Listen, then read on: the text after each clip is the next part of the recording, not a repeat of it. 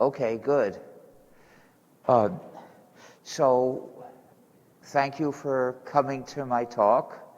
I'm Richard Stallman, founder of the Free Software Foundation and also initiator of the GNU operating system. And by the way, please put on masks. Everyone here should have a mask. Please don't endanger the other people here, and please don't endanger yourself either. We should all come out of here as healthy as we were before we got here.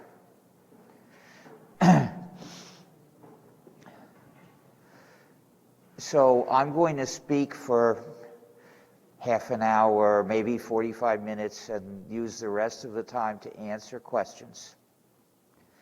And I'd like to point out that I'm always looking for speaking invitations.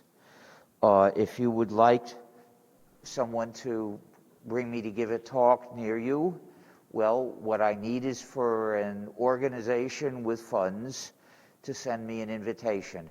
It's that simple. And you can send that to rms@gnu.org. I can't afford to travel without funds. And aside from that, you'll note that nasty, mostly false accusations have been spread about me on the net. If you want to find out the truth about some of those issues, look at stallmansupport.org. But that's all about that for now. Here I want to speak about issues of freedom and the use of computing, the area I've been focusing on for 40 years almost. Even online payment systems are famous for being dangerous to their users. Somebody tried to make a payment to a store, and a big animal appeared with ferocious horns and charged at him and hurt him. And when he complained to the store said, "Oh, that's a PayPal bull."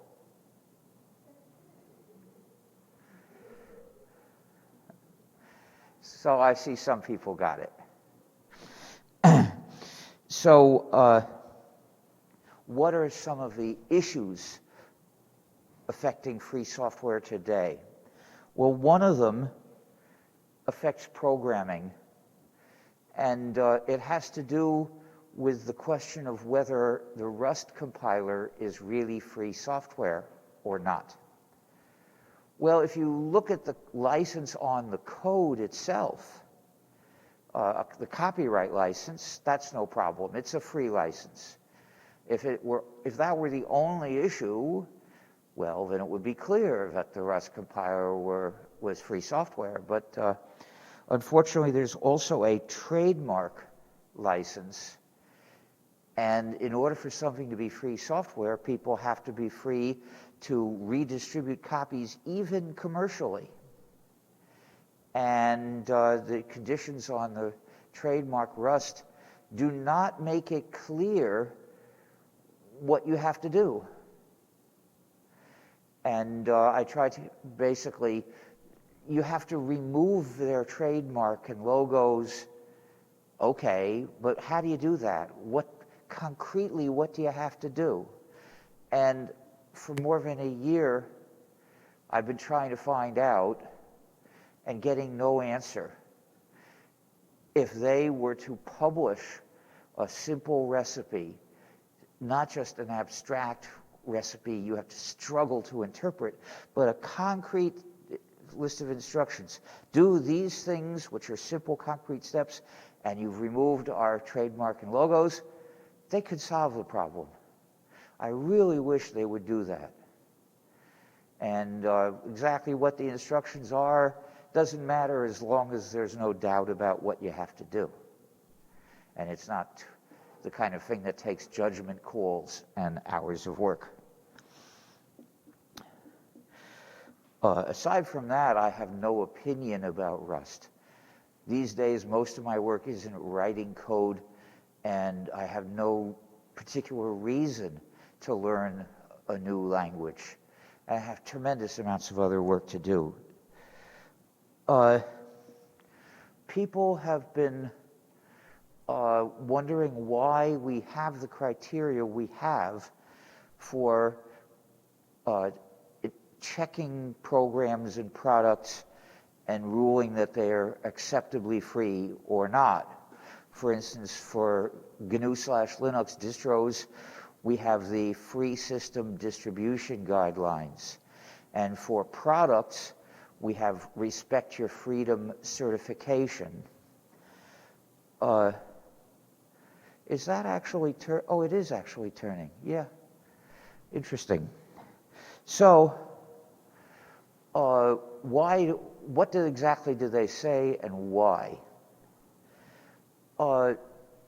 For system distributions, we're concerned about the danger of blurring the boundary between free software and non-free, because that boundary is a sharp line. In some cases, that line has to be drawn with a bit of care and thought. In some cases, it's pretty obvious from the definition of free software. But the point is, there are lots of people who would love to erase the line and say, well, here's some free stuff, let's add this other stuff on which is not free. But let's consider it unimportant. We don't think these non-free things matter. They don't. But we, free software activists, must. We can't consider this free program acceptable even if it's distributed along with that non-free program and that one and that one. We can't consider Linux the way it's released, which means with non-free blobs inside, basically firmware, compiled firmware or assembled firmware, but as an executable with no source code. That's not free software, and so we can't accept something that has that mixed in. The free part has to be separated and the non-free part thrown out, and then you've got free software. So if you're using Linux Libre, which is the version of Linux that has the blobs removed, that's free software. That kernel can be part of a completely free gnu/linux operating system. But we have to insist on this because it's completely clear which way things tend to drift if we don't constantly try to prevent it. Most gnu/linux distros contain non-free software, and the developers say there's nothing wrong about that. They say there's nothing important about being free software. It's just a matter of convenience. If most of the programs are free, you get most of the convenience. They don't recognize the injustice of a non-free program.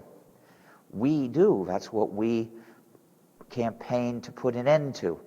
So we have to have criteria that keep the non-free stuff away from whatever we're recommending. If there's something that's free software and it says, by the way, to make this really work conveniently, install that other non-free program as well, no, we're not going to promote that. We don't want to basically sew our eyes shut and pretend we can't see that this is making a mockery of our goal. So we have to reject some distros that, at least in the past, were pretty close to being free, like Debian. It used to be pretty easy. If you wanted to install a completely free system, you could get Debian, and by giving the right commands, you could get it to install only the free software. So for people like that, Debian was usable. The problem with Debian was that if we recommended it to the public in general, not people who were determined to reject non-free software, but everyone, a lot of them wouldn't know about the issue, and they would say yes to the non-free software because it would be more convenient, and then we would have steered them wrong. So the importance of recommending only the free distros is that way we're not going to steer people wrong, even if the people are not completely committed and knowledgeable about this issue. Of course, people can still install non-free software. That's not up to us. But at least we're not going to be responsible for leading them to do so. That is up to us. It's our responsibility to make sure we never do that. So these are the main issues that are controversial about our policies on distros. By the way, Debian made a change last year, and now it's not so easy to avoid installing non-free firmware from Debian installation. And at this point, I'm not sure what you'd have to do to avoid it reliably. And that's a sad thing, but what can we do except tell people about it? And yesterday I wrote changes in that page, which I hope will get installed soon enough. Well, the other way we categorize and evaluate things is for products. We have the FSF has a scheme called Respects Your Freedom, where manufacturers or sellers of products can get them certified to meet a precise standard.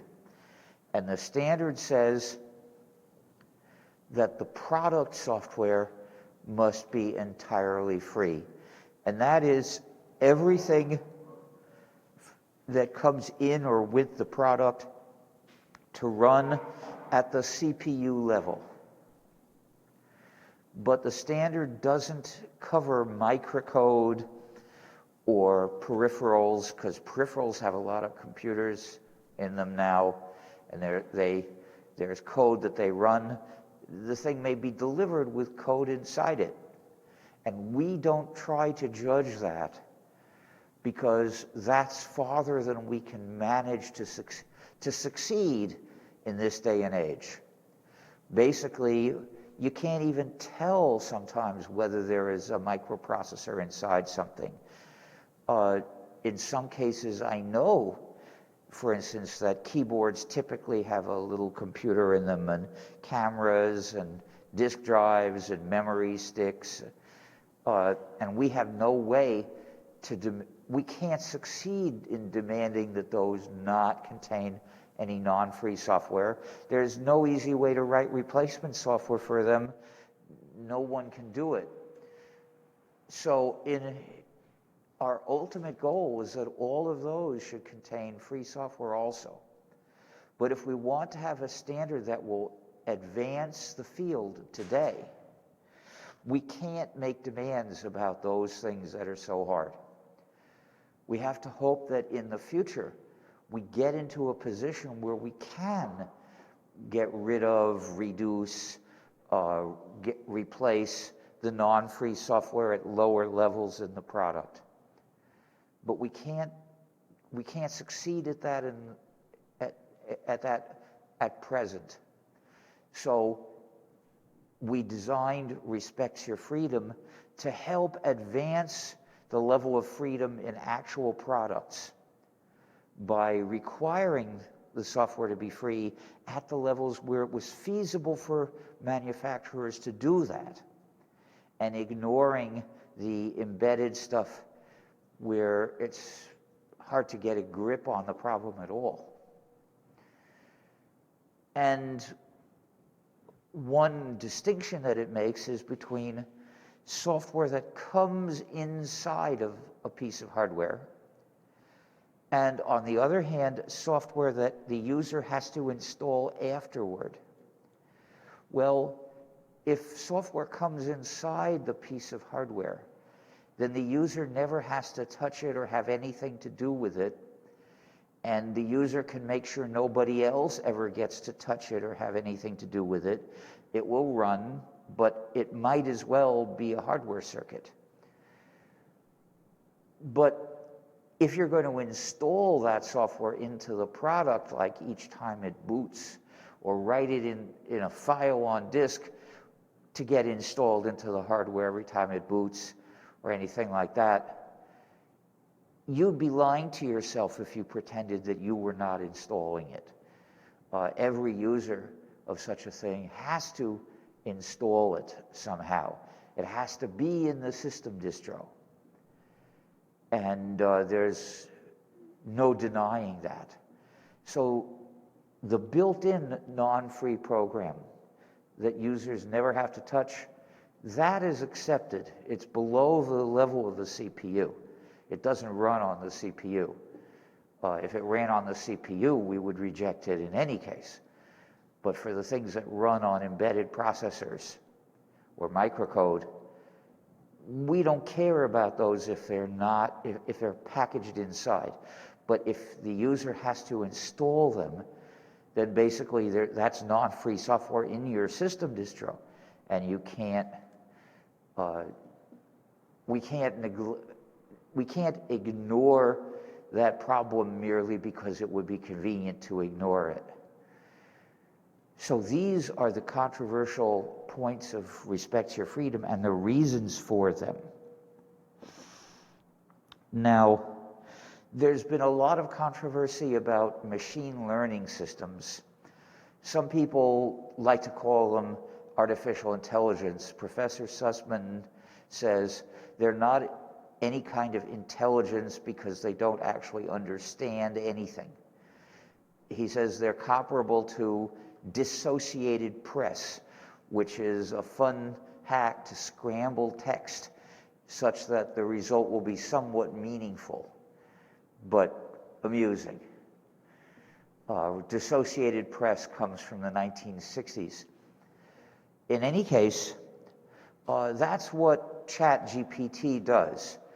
It's a clever way of looking at lots of snatches of text and stringing them together so that they read smoothly. But they don't mean anything that makes any sense. You can't expect them to know truth from falsehood or valid argument from nonsense. So his argument is that's not intelligence, whether artificial or otherwise. In any case, they seem to be good for some things, especially for art, where it's not an issue of being accurate or valid. It's just a matter of being fascinating or not. Well, okay, maybe that is fine. But some uses of machine learning raise important moral issues. For instance, things trying to evaluate people for any purpose can easily pick up prejudices from humans and apply the same prejudices. Well, that's an important moral issue about the job that that system is going to do. What about software to drive a car? Well, that can be extremely dangerous in a number of ways. First of all, if it doesn't drive safely in certain circumstances, people might occasionally be killed by it.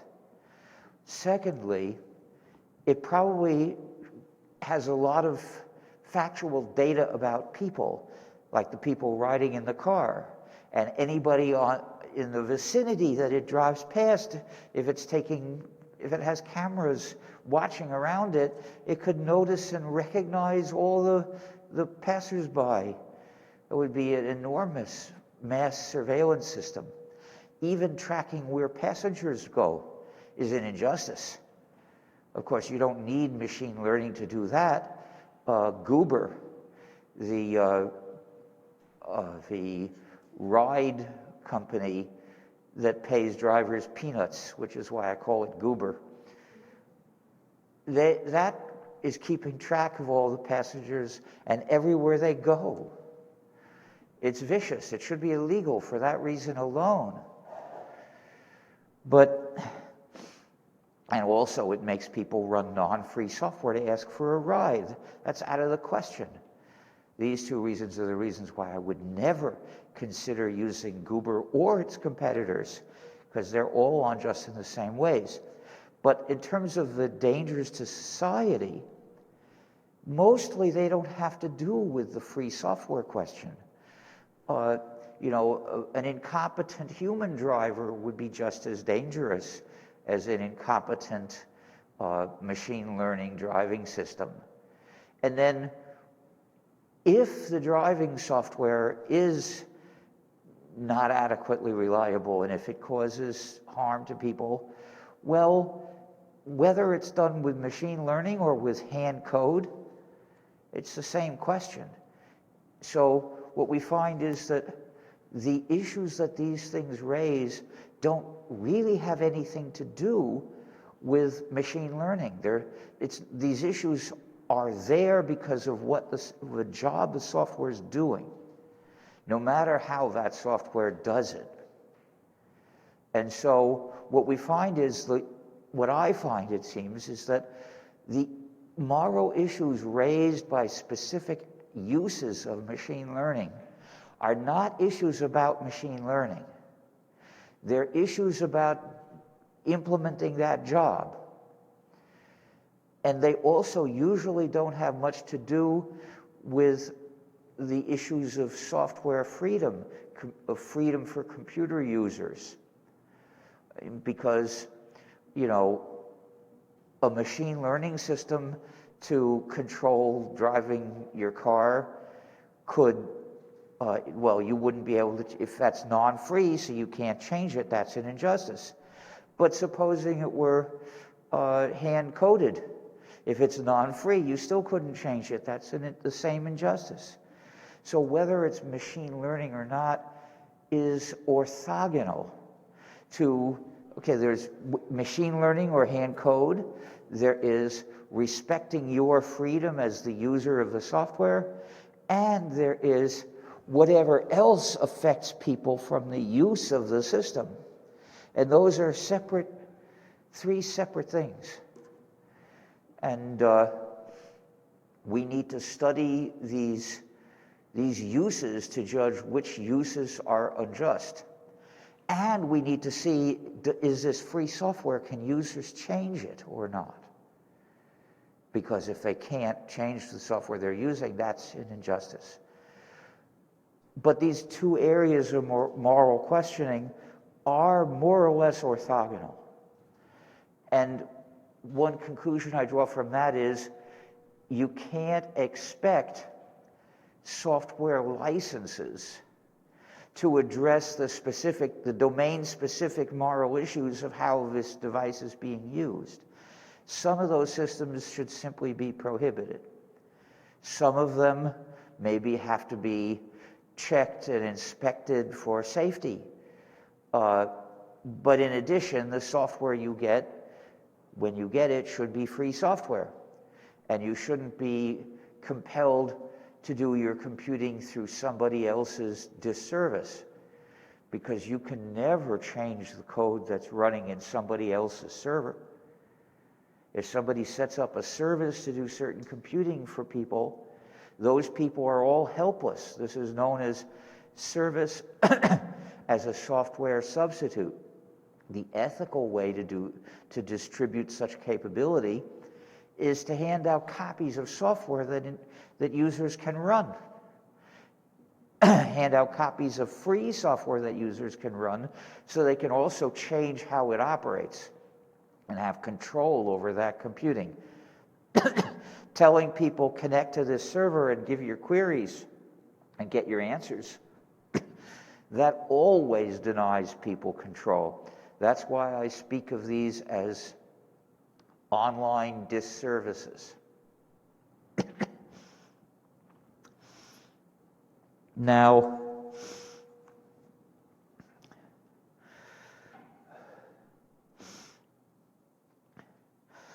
people are very much in a stir about ChatGPT. And there are some annoyances socially coming from that. Disasters, I'm not sure. But in any case, some people are upset that it might lead to copying a lot of material and violating a free license. Like copyleft licenses that say you can include parts of this in your work, but then your work has to be free in the same way. Well, it's true. Someone might copy that stuff with ChatGPT and violate and distribute the resulting derived work without putting the license on it, and that would be violation. On the other hand, if you copied the same text by hand with a text editor and distributed that without the license, it would be a violation too. Legally speaking, it doesn't matter how someone did the copying. Just the fact that this certain material was copied is what matters legally.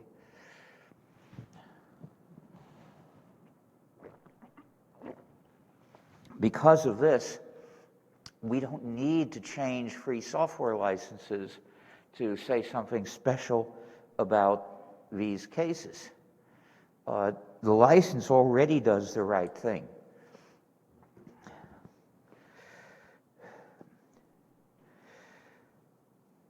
And one other issue about them is, suppose a program is developed as a neural network implementation plus a trained neural net.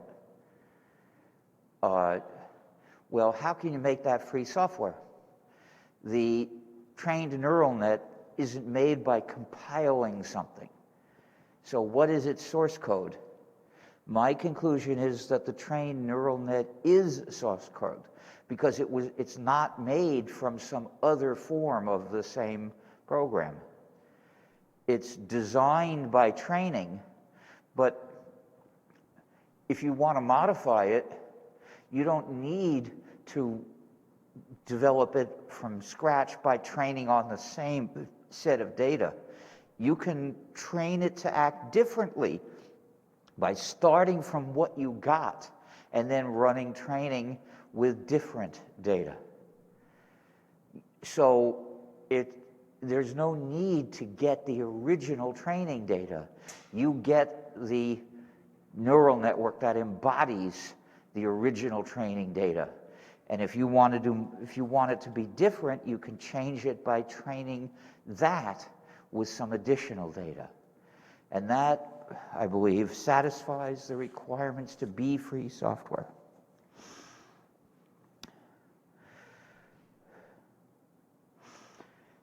Now, we see a tendency to push apps into all sorts of areas of life.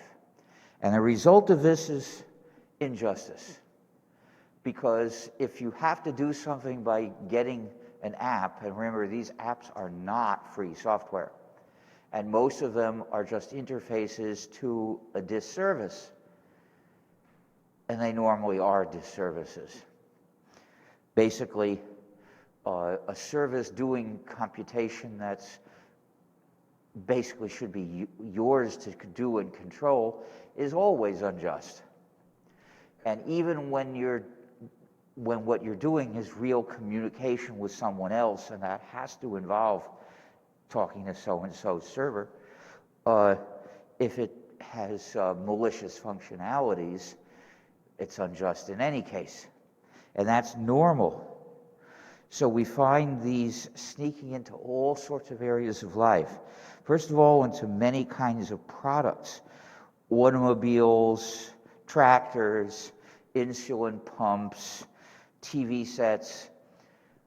They're all full of malware, and they're all locked down in various ways. They're designed to attack freedom.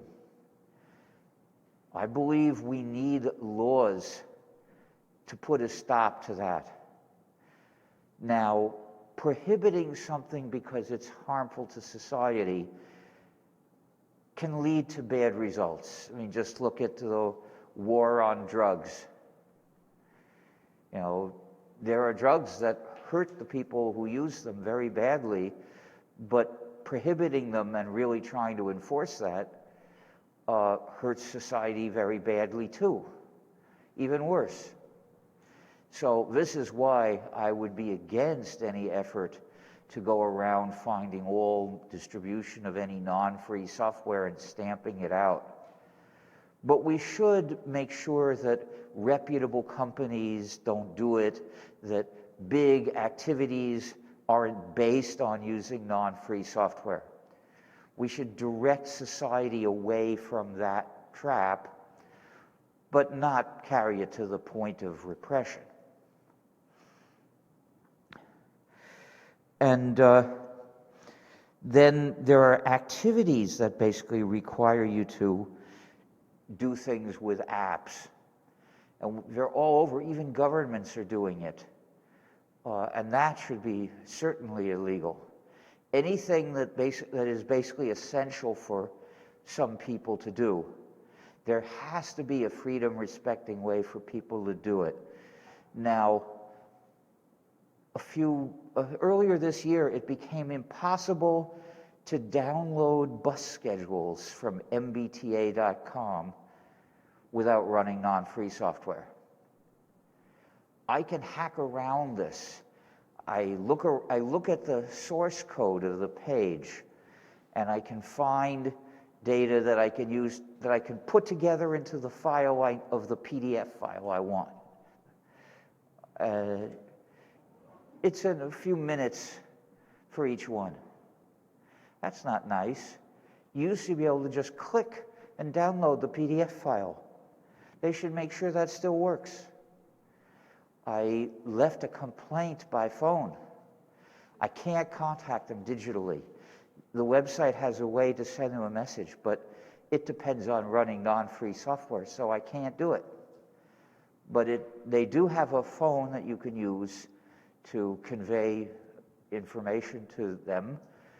I would like to suggest that if you are ever in Boston, that you try accessing a PDF file for a bus schedule, and with JavaScript disabled.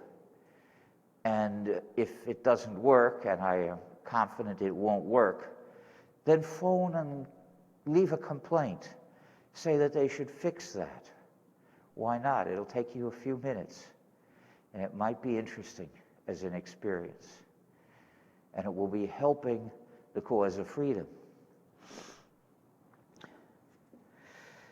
And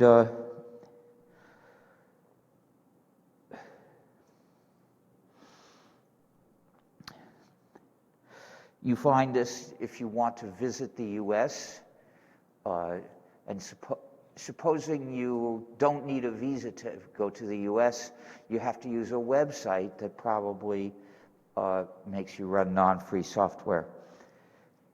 And if you have a Massachusetts driver's license, the website for renewing it requires non-free software. Communicating with most medical clinics now requires running non-free software. I can only do it by phone. And I can't send a message to my congressional representative because that requires non-free software. You have to run the non-free software. I'm not I wouldn't refuse just because they run non-free software in Congress. I mean, they're not making me, if they're not making me run it, well, I would give them advice, but that's all. But when they try making me run it, I don't do it. But it's an injustice to cut citizens off from communicating in freedom with their elected officials. This is something that the government has an obligation to fix. But unfortunately, I'm unable to tell my congressional representative about this. It's not the kind of thing you can explain easily in a phone message. It needs text that you can read more than once. And most academic presentations now are done over Zoom. And if you ask if there's a recording, they tell you, well, here's the URL you can download it from, but you have to register for Zoom first. Well, that's no solution at all. So I push on this whenever I have an opportunity to. And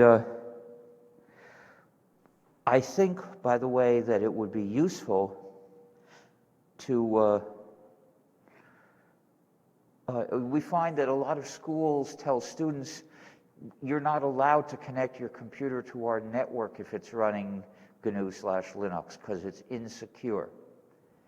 I think it would be interesting to have a competition for students to write about the arguments they have used against that and what they have done to overcome such rules.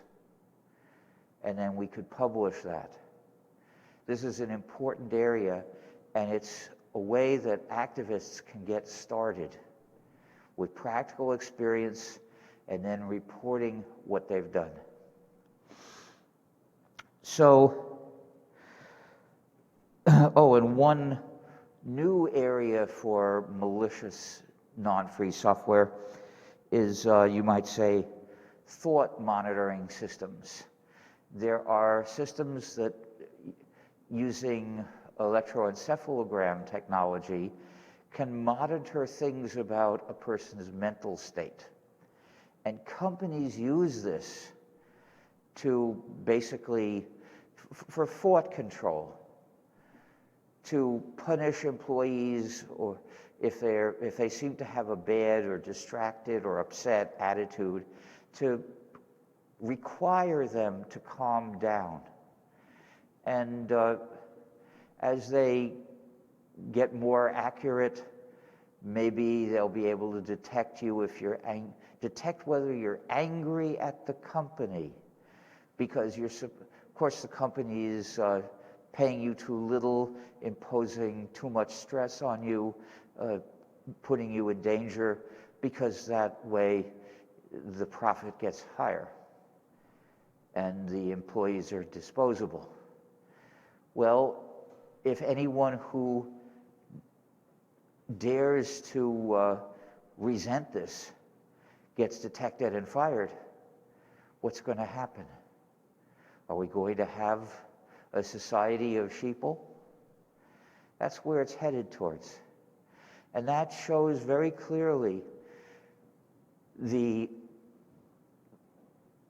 core of evil in non-free software. Those imposing non-free software on you are claiming power that no one must have.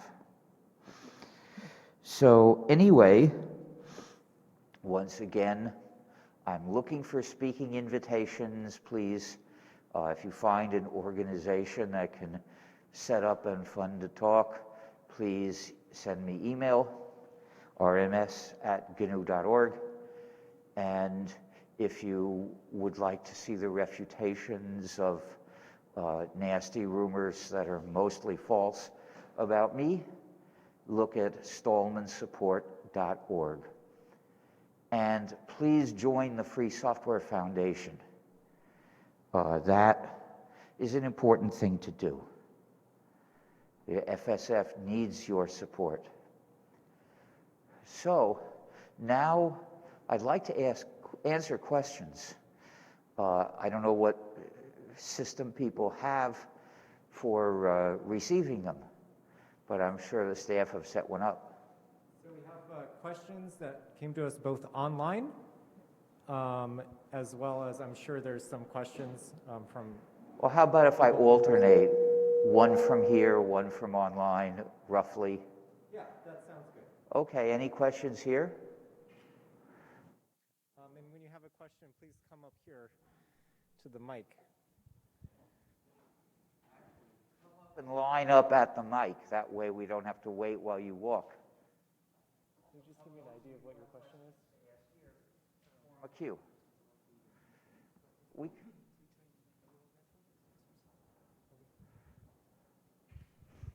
Hi, thank you for your talk. I'm a little bit surprised about your... Could you speak more slowly? I can't hear at that speed.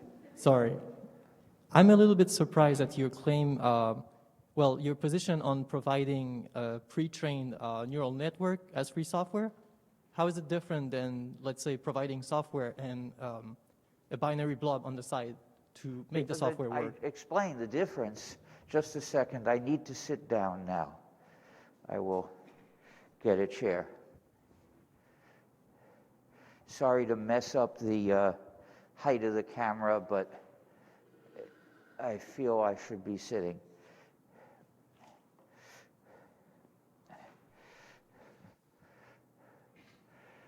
The binary blob is made by compiling some source code. It's the same program as the source code, but in a different form. And nobody is going to work on development of that binary blob. When they make changes in that program, they change the source code, and then they recompile it. But the trained neural net is not the same thing as the training data. It's not another form of the training data. It's a completely different object that has a complicated relationship with that training data. And the next thing is, if you want to do further work on the trained neural net, you can do that by, as I said, running the training program, starting with the trained neural net you got, and then you feed in your own training data, and you make a modified trained neural net. So it means you have the freedom to change it. The way since it's not a program, you don't change it by editing source code and recompiling it. You edit it by running a trainer on it.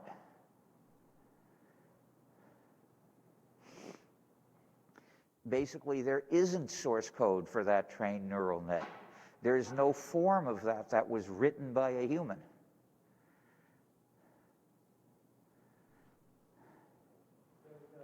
The next question comes from someone online, and they ask, what steps can free software communities take to encourage the development and adoption of artificial intelligence tools that align with the principles of free software?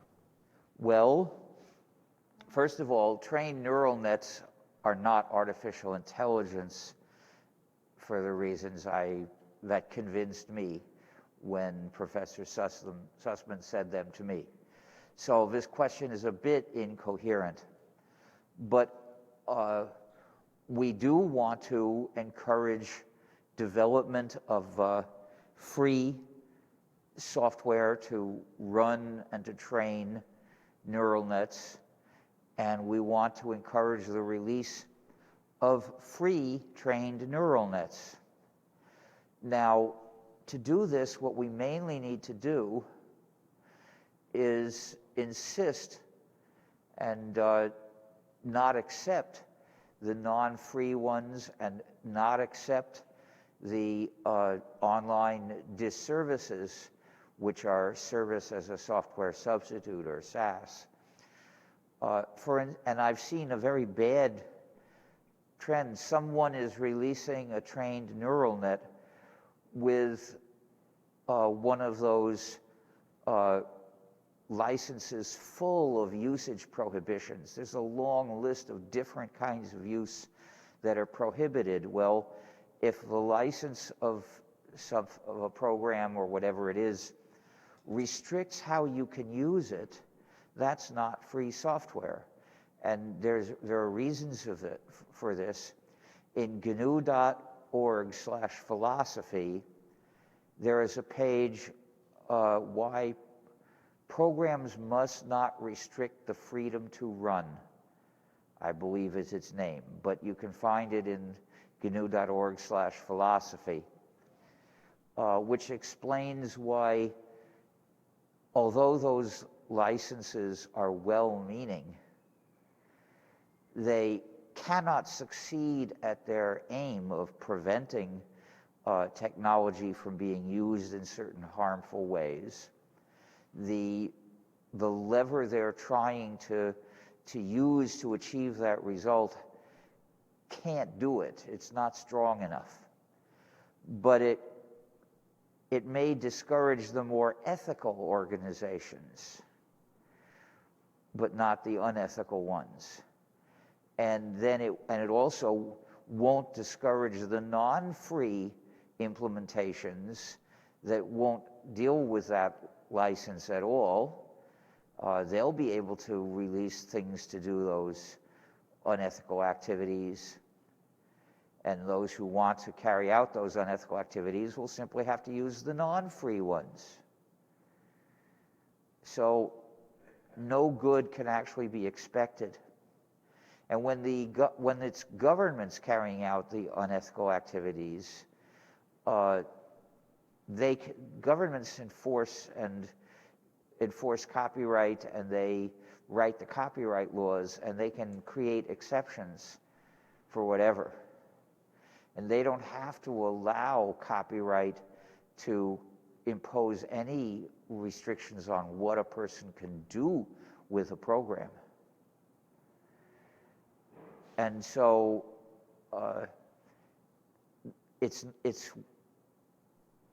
I can't criticize their attitude, but it's only going to do harm, not good.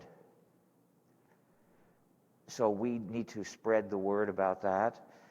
The best license to release a trained neural net under, as far as I know, is the GNU General Public License.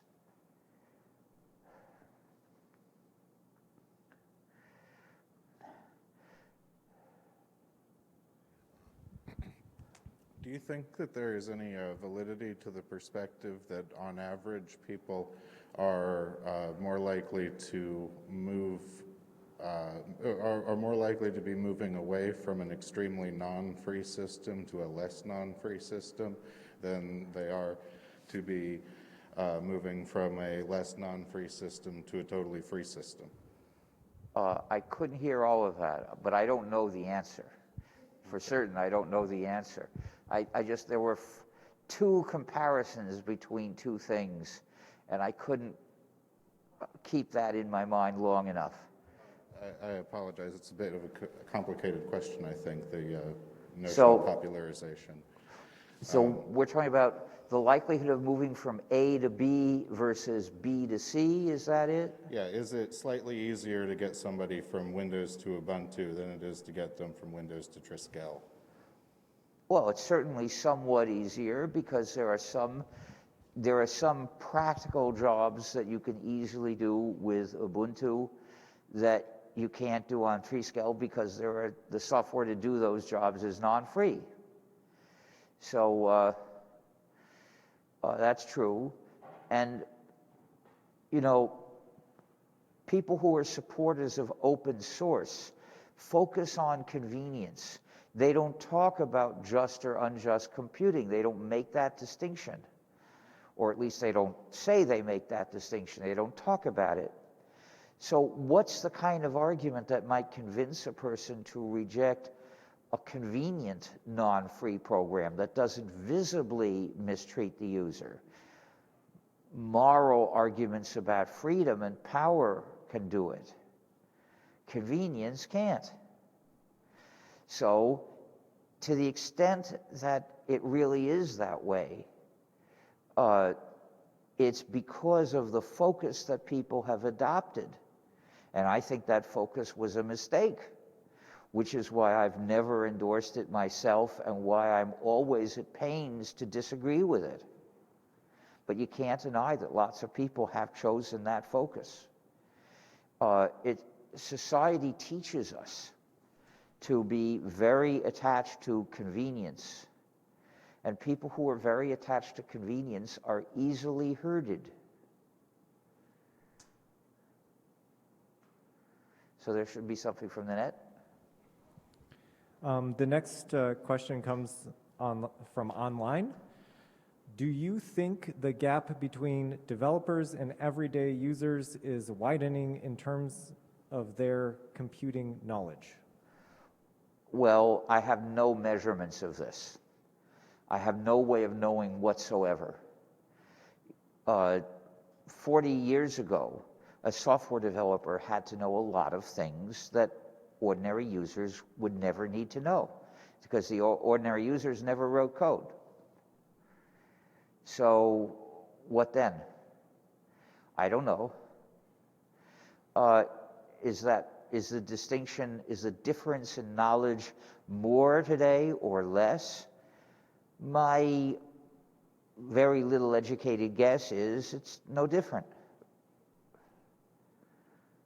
But if you want something better than an uneducated guess, you need to look for someone who studies this somehow.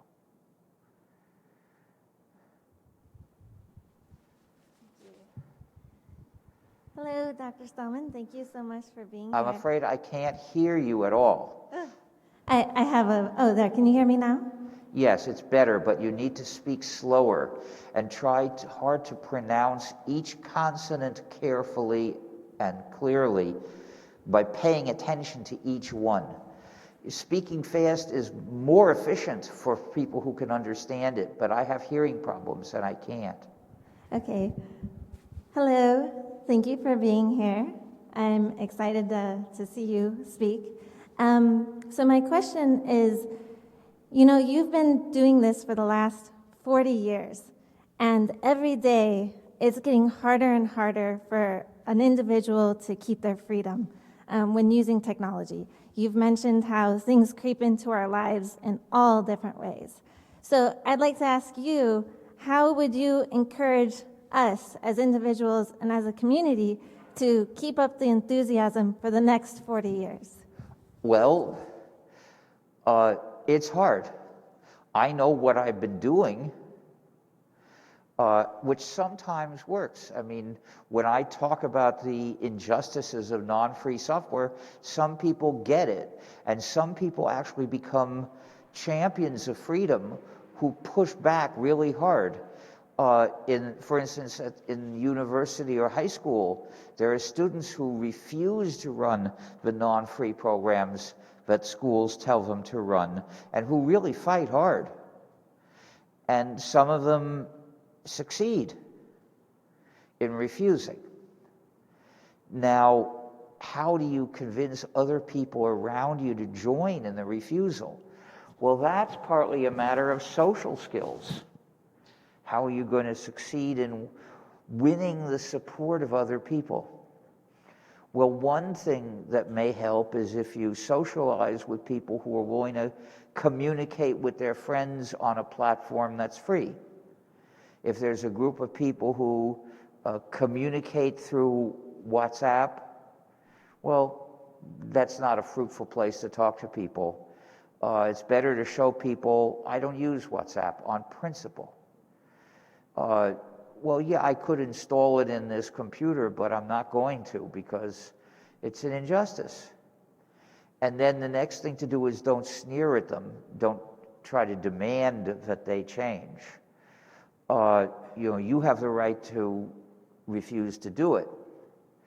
You don't have the right to give other people orders not to use it. But you can point out to people how it's bad for society and bad for people in general, and how people have been mistreated by it, snooped on in various ways by it, and how non-free software in general subjugates people, and every non-free program does that. My TEDx talk, fsf.org/TEDx, is 14 minutes long, and it explains all of these issues at an introductory level. And I think people generally get it after that. And if all you're asking people to do is, switch to Mastodon for talking with each other, say, and have a social group based on that, I think you should be able to succeed sometimes. Now, in class, in school, if they're telling people to talk with each other through Zoom or Google Meet or Microsoft Teams, at that point what you've got to do is just refuse. Say, I don't run these programs. They're unjust programs. I won't have them on my computer. And I won't talk with people that way. But then try to work out some other way to satisfy the needs of the teacher in the class. You know, maybe somebody can make a local recording of what was in the class discussion and hand that to you so you can hear what people said in your class. And then you can make an audio recording and send it to the teacher and say, forward this to the rest of the class if you think that they should hear it. So that's class participation there. Another issue is exams.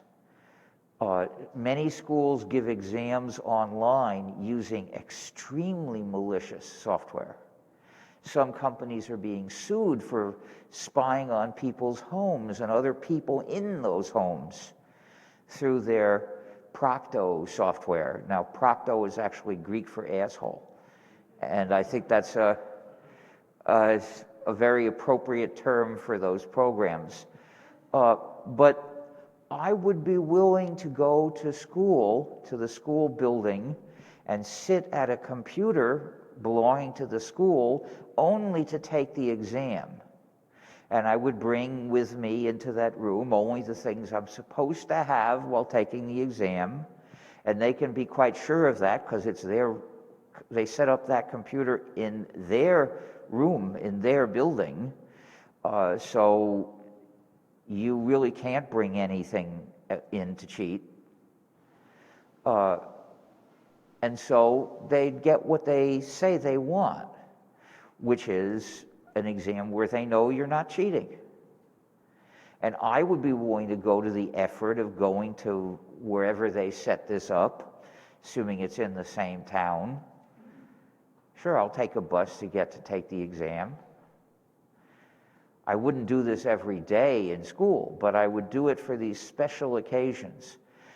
And then I wouldn't care whether the software in that computer is free, not directly, because it wouldn't affect me. That computer would be serving as the school's kiosk. And just as when I use a kiosk, it's not my concern whether the software in the kiosk is free.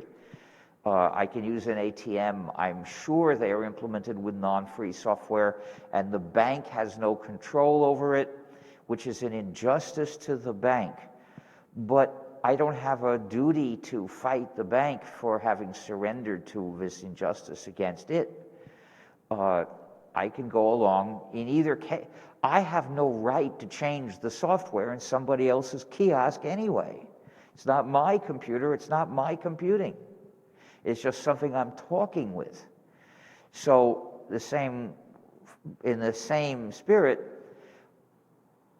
if the school is using non-free software in its kiosk, I would advise the school to reject that because it's unjust to the school, but then I wouldn't demand that the school take my advice to heart. I would just take the exam. Next question. Yes, so the next question comes from online, and it is, in your long career of free software advocacy, what group of people or other movements did you have most success with advocating for free software? Which had most shared interests? Well, I'm afraid I have to say that I can't recall having a lot of success with other movements. It's really hard to get people in other movements to pay attention to the free software issue, even if there is a lot in common. Now, there was a somewhat strong movement for governments to switch to formats for their documents that were not proprietary, not controlled by a company. Unfortunately, around 20 years ago, Microsoft had a plan to switch to open document format. And Microsoft seemed to find dirt on the politician, the state official, who was most in favor of that, and discredit her. I don't remember who it was, but I suspect that that was intended to teach state officials not to even think about such a thing, and it looks like it succeeded. I don't know what's happened to that particular area since then. Maybe in Europe there is more progress than here. Is it true that there's been a lot of help in California on this? I don't know, actually. I'm afraid Henry Poole is the person you need to ask, and he's not here.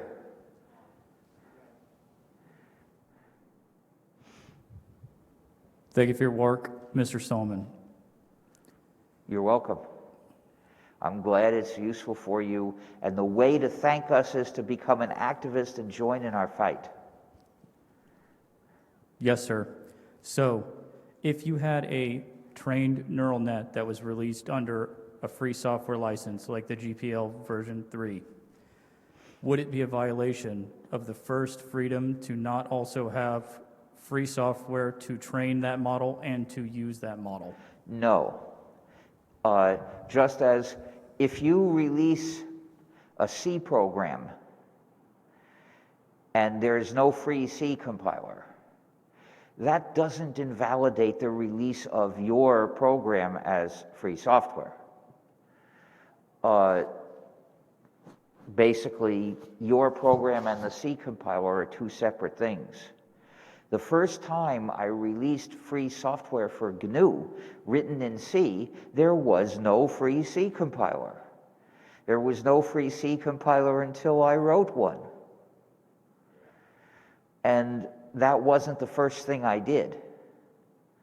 So there was a time when you could compile gnu+linux, which was free software, but you had to use a non-free C compiler to do it. And you could compile GDB, and you could compile GNU-LD and GNU-make, but only with the non-free C compiler that you were using.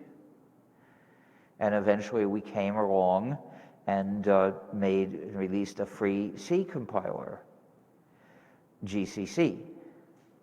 And then a similar thing happened with Java. There were free Java programs being released for many years before there was a complete free Java implementation.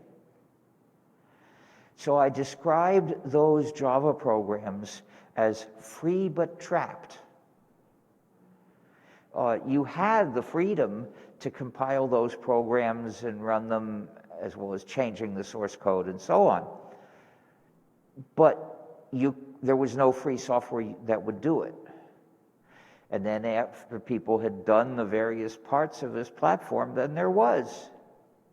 And that's what you do when there are programs that are free but trapped by some language that has no free implementation. You write a free implementation.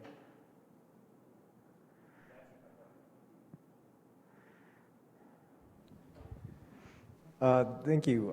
So the next comes from online, and it's not a question, but it is many people online are wishing you a happy birthday.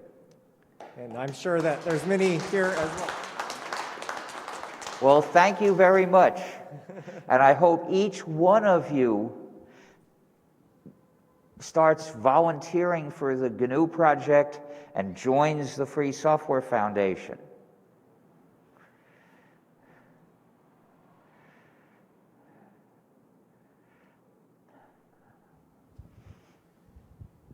Hello, Richard. Nice to see you and nice to hear you. I want to ask you if you know about the digital dollar project. I'm sorry, I couldn't even hear what you said. I want to know if you know something about the digital dollar project. I've never heard of it, sorry. Okay, okay. But if you briefly describe what it is, I might have an opinion about it. So there is an intention for the central bank of the U.S. to use a digital version of the dollar. What does that mean? That's an abstraction that I don't understand concretely. To stop using cash as a physical and start using as Well, you mean they would invalidate all cash? We would be forced to identify ourselves to pay anything? Well, there is the website that described better than me, so I can't hear. You speak too fast and you don't pronounce all your consonants clearly, so I don't know what they were. okay, maybe this is not the best question right now. So if you don't know about the project, I'm not the best to explain that right now. So But I should tell you about gnu+linux. gnu+linux is a system for anonymous digital payments. They're anonymous for the payer. However, the payee is strictly identified. So I could make an anonymous payment with Thaler tokens to a store, and the store could not tell who paid. But the store, in order to convert my payment into money, will have to take the data it gets from the transaction to the Thaler exchange and get money for that. Money in the store's bank account, I suppose. So because it is not anonymous for the payee, it cannot be used for hiding profits or money laundering, but it does protect the purchaser's anonymity, just as paying cash does. Now, I never pay anything online. I refuse, because I don't want to be identified. When I buy things, I pay cash. Cash, period.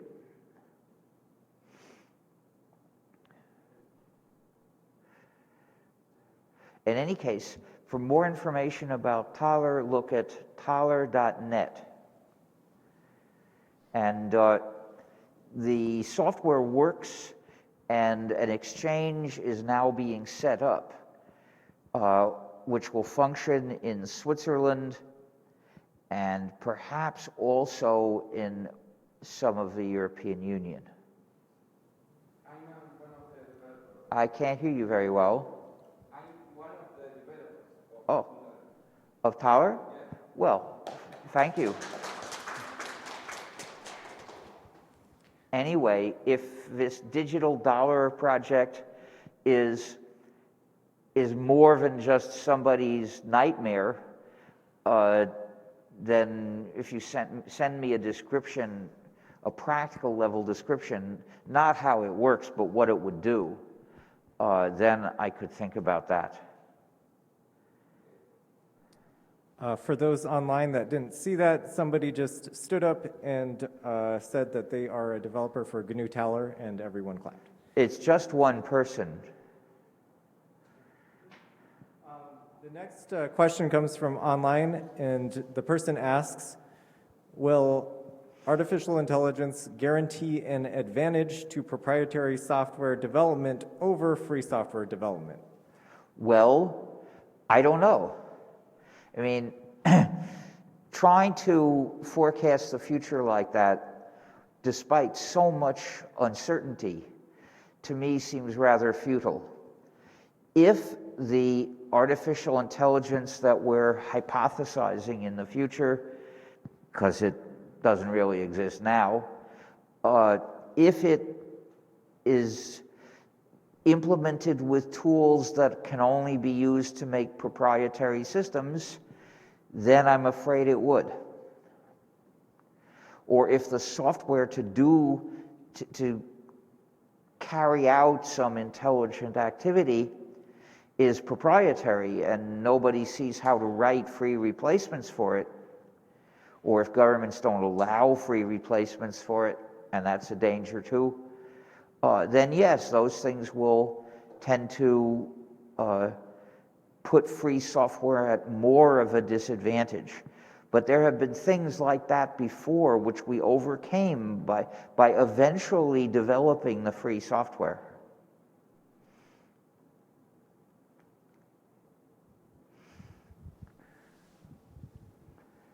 Hello? Yeah. Hello. Yes, thank you so much for your work about EMAC, and that is the reason I come to the conference. I'm sorry, I can't hear all the consonants. Okay, just thank you for your work. And I have a question about the sustainability of the community-driven project of The EMAC. community what program? Community-driven program for EMAX, the package. And I see that the maintainer of maggots, Ogmode, I'm afraid you're talking about things I don't know about. You say community driver program. I don't recognize that name, so I don't know what it is. Just for example, the package, the EMAC package, like maggots, Yeah. like Ogmode, they receive very limited fine these days. So that They're very limited what? find the money, the money. I can't hear all the words, but I can say that each of these programs is a different issue because different people develop it. It does what it does. Maggot is a program I've never used. I don't work very often with Git. I actually work more often with CVS than with Git. And so I use the version system independent features of Emacs. They work the same with whatever. Now, Maggot in particular was developed by somebody who didn't ask contributors to sign copyright papers. We would like to incorporate Maggot into Emacs itself, but that requires somebody to go and talk with everyone who's written significant code that's in the current version of Maggot and say, would you please sign this so that we can include your contribution and get that done. Now, I don't understand exactly what you're saying about the problem you saw with Maggot. I believe she was talking about the funds, the funding. Funding? There is no funding for development of Maggot or org mode as far as I know. People do it.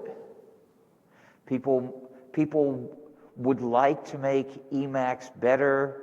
They would like to make certain operations more convenient because they do those operations, and it's fun. And everything that's there was done that way. Now, there are free programs that get funding. I think that's fine, but not all of them do, and I don't see a way to change that.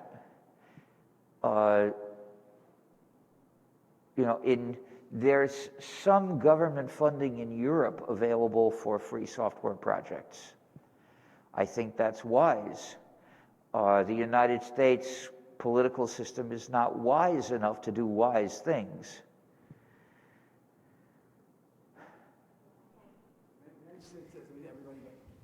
I've been noticing people misusing the microphone. They put it close to their mouth and it's hard to understand. The right way to do it is hold it a little way. That's the final question. So thank you so much. Yeah,